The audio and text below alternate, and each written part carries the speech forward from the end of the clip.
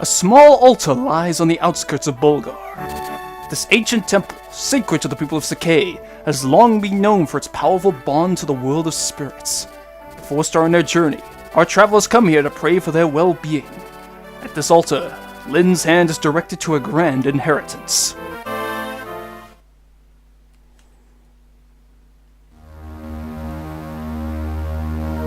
Chapter 2, Sword of Spirits.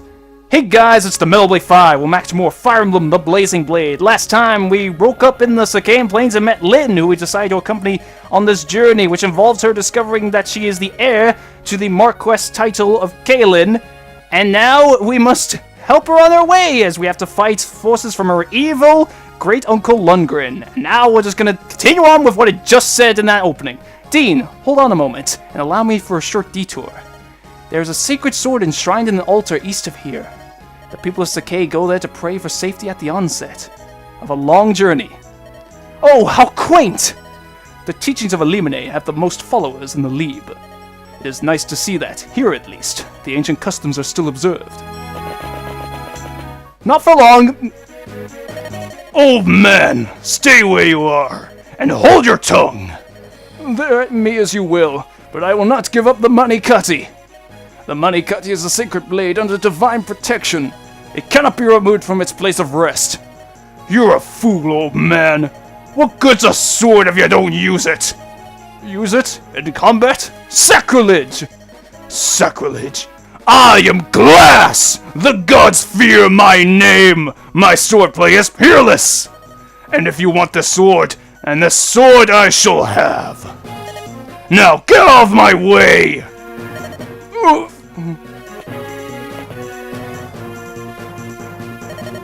This is it. It's more magnificent than I imagined. The sword was made for a swordsman of my skill. What's this? I can't draw the sword from its scabbard.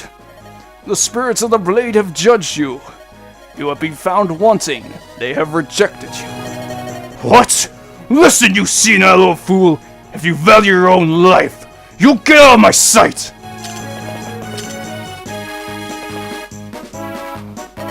Curses! Miserable spirits! I care nothing for you! I'll tear this altar down stone by stone!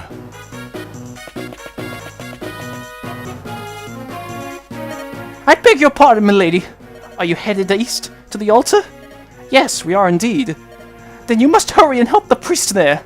I saw a band of local ruffians head in there not long ago. They seemed intent on stealing the altar's secret sword. The Mani Katti. They're going to steal it? I cannot allow this to happen. You look like a virtuous group. Please, help him. Lindis, what are you planning? If you hope to go to the priest's aid, you'll need to prepare. You're right. Say, Dean, there are some homes to the south of us. Perhaps we should go there and question the residents. So now we have another mechanic here. We have buildings which we can visit. As Lynn was just saying, there's those houses down there. Should I take the lead? Alright. Tell me what you'd like me to do, Dean. Well, first off, I would like to have Saint... Or, never mind. The game's just going to force me to use it on you. Never mind. Okay, go to this house. And then you select visit when you're over the top of it. And say, aren't you the... Oh, you're going to help the priest. Well, perhaps you could benefit from something I saw earlier. The bandits may have the main entrance guarded. However, one of the altar's walls is cracked and in poor repair. You might be able to create another entrance by hitting that section with your weapons. We're all counting on you. They can give you information for tutorial purposes, and in some cases they can give you items, so it is still kind of worth going in there. So it was saying they were telling me to do. I wasn't paying attention. It's my turn to speak with the locals, is it? That's right. Okay, so you gotta go here. This is actually another place where the Cavalier's ability actually comes in handy, because they'll be able to move them afterwards, which will make me go back. But mountains make them more difficult to be hit, but they're difficult to traverse. If you're riding on horseback, you can't cross them at all. Be careful. So there, that's another type of terrain. That is mountains. You can't cross over them. Brigands, which obviously the axe wielders actually have the ability to travel through them perfectly fine, though. But you get more evasion if you're in that area. Remember, your mounted units possess the ability to move again. So yes, what I was just saying there. Come on. There. So move up so we can try to get some more progress into getting that altar. And finally have Kent go to the last home. Hopefully, this can at least give me an item so I can show that I'm not bluffing when I say to give you shit. Do you know much about the sword held at the altar? It's It's called the Mani Katti, blessed by the spirits. According to the priest, the Mani Katti is waiting for its rightful owner to appear. It's so odd, don't you think? The idea that a sword can choose who will wield it. It seems kind of standard fantasy stuff to me. Anyway, now it's their turn. Of course, they're going to go slightly towards me. And now, obviously, another type of building. Have fortresses. When you stay in fortresses, characters that are in them will heal slightly at the beginning of each turn. As it's just saying there. I can explain it much quicker than this. Alright, hopefully, yes, I can have Sane attack this guy, and hopefully you can get actually some experience. Well, you won't be able to kill him, but at least be able to do most of his HP, and hopefully this guy will miss. Thank you. So while obviously a lot of the stuff in the previous 2 chapters was automated, I believe from this point on, it's not really automated, but it still kind of teaches you some stuff, in which for some reason there's something that it does not teach you until much later in the game, despite being something that's kind of introduced earlier. Anyway, and oh boy. He hit me when he had a 45%. God damn it! Kent just keeps stealing the limelight from Sane. And I mean, I know Sane's the idiot of the two, but still. Anyway, we can't trip. Oh, what? Yes, seize the throne like we saw back in the prologue. Yes, his name is Glass. I did not want to ruin the scene by just making fun of it, but yes, his name is Glass. He is a mercenary, which is a class that uses swords. So having Sane or can't use lances is very good for this chapter. Anyway, those guys are going to come down there, so I'm going to have Sane deal with them. We can't travel over those mountains, so we have to deal with that wall if we want to get inside and deal with Glass. I try to make it sound all epic as well, the way he said his name, just to add further irony to it. But anyway, when you attack walls, you have to select a weapon, and then do damage to it. Now, another important part of Fire Emblem, which I think I might have skipped over the tutorial, that you see every weapon has a number next to it. That is the amount of times that weapon can be... Why do they all go after Kent? That is the amount of times that weapon can be used before it breaks. When a weapon breaks, well, you can't use it anymore, and you have to get a new one of that type. Generally, weaker weapons have more uses, but of course don't do more damage, and stronger ones obviously do a shit ton of damage, but, you know... they break faster. Anyway, hopefully this guy decided to attack Sane because Sane was the closest, or, well, Sane was the only one really in his range, because let's all go after Kent like we're bulls or something and attracted to red.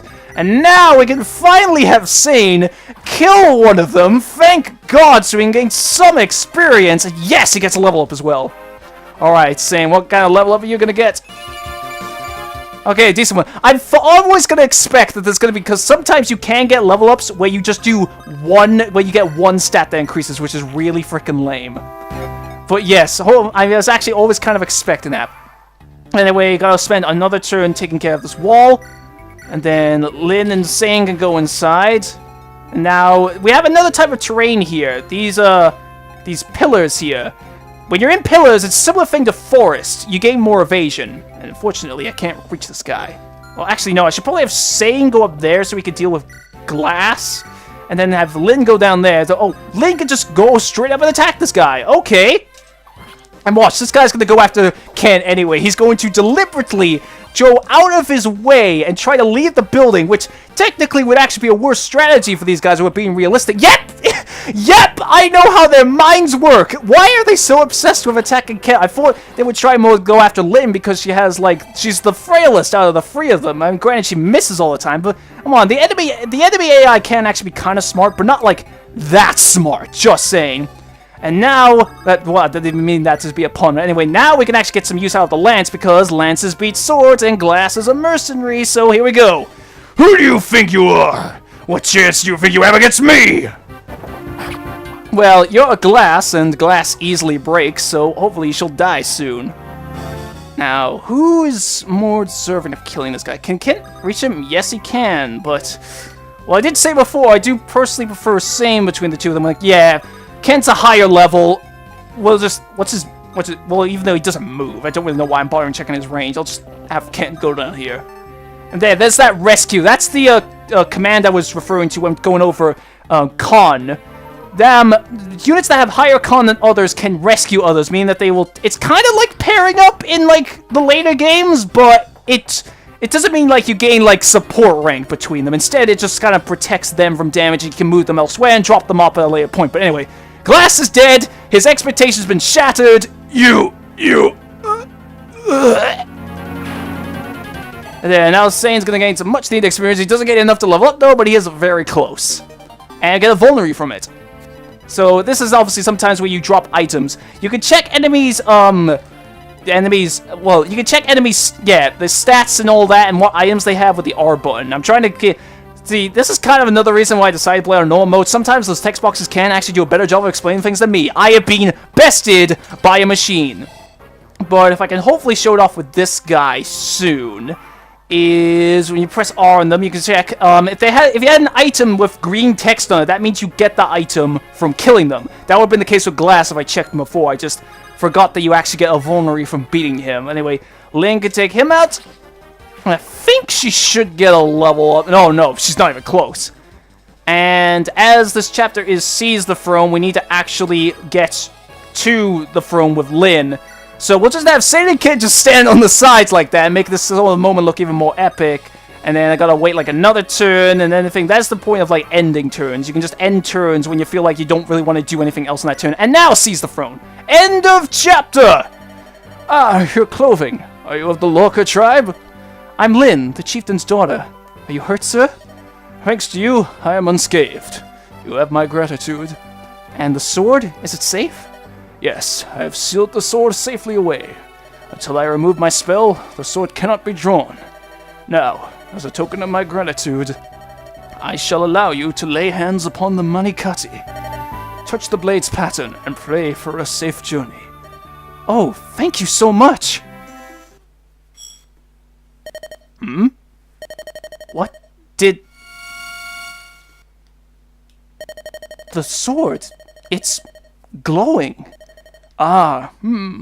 It's the power of the spirits. Lynn, they have looked into your soul, and they call out to you. What does that mean?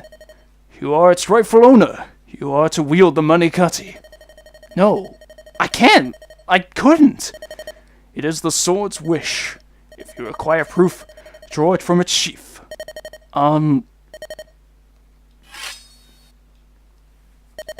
It came out effortlessly.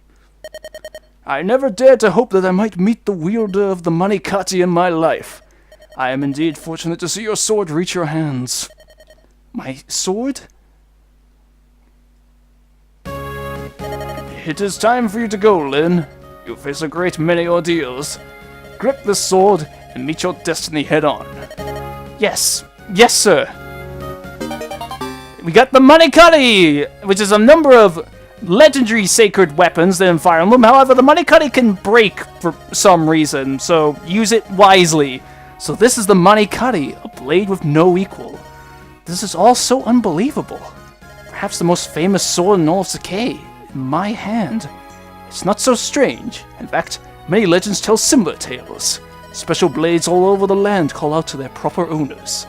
And yet, when I saw you draw that blade, Lindis, I felt something extraordinary. That sword was waiting for you. You were meant to draw it. Stop it! I'm nothing special! Think of it this way. Some weapons feel more comfortable in your hand, right?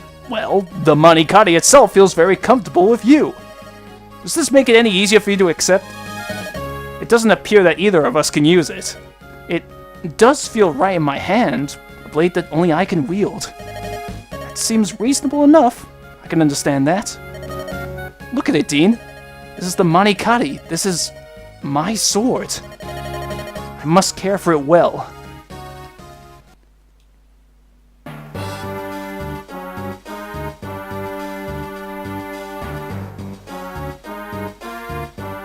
What? Madeline's daughter is still alive?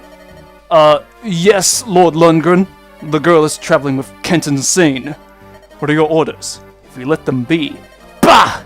I've heard that Northern Byron is full of bandits. She's just a girl. Should not survive her journey here. I'm more concerned with my older brother. His life must be ended quickly. The poison. There must be no blunders. Yes, my lord. He suspects nothing and continues to drink it. The Marquess's death, due no doubt to sudden illness, is not far off. Soon, Kaelin will be mine. Well, that doesn't look good. So, next time on Fire Emblem the Blazing Blade, now that we have the Mani Katti in tow, we will now properly head off towards Kalen. So take care, and we'll see you guys next time.